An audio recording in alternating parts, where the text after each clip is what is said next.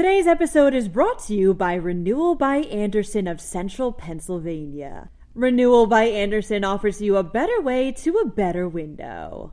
Go to rbacentralpadeals.com for this month's specials.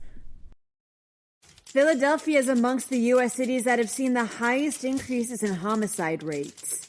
Meanwhile, the state Senate has approved a bill that would set a new requirement for high school students. Pittsburgh International Airport is now offering a driverless shuttle service. Plus, this list will make you go, oh, rats. I'm Claudia Dimuro, and you're listening to Today in a PA.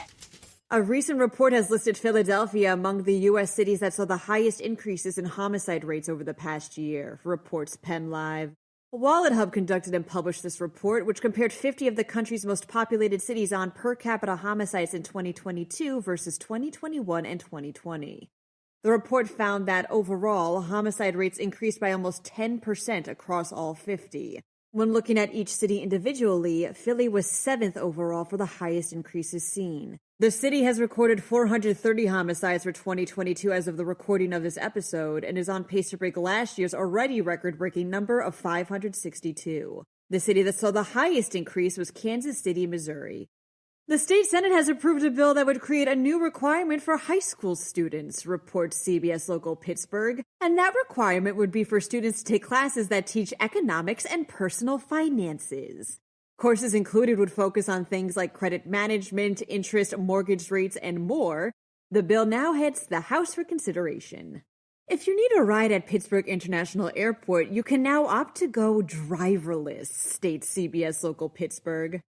The airport has officially begun offering the use of 2 tele-operated cars for people to take to the terminal, meaning there's no driver inside.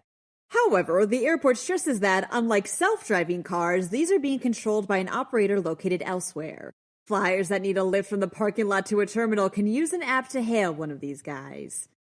Philadelphia has moved up from its previous ranking on an annual list, says PennLive. And since this list is Orkin's annual Top 50 Rattiest Cities list, this is nothing to be proud of. Orkin labeled Philly as the number 6 city which saw the highest number of new rodent treatments performed over a year period. The top 5 cities were, in ascending order, San Francisco, D.C., Los Angeles, New York, and Chicago.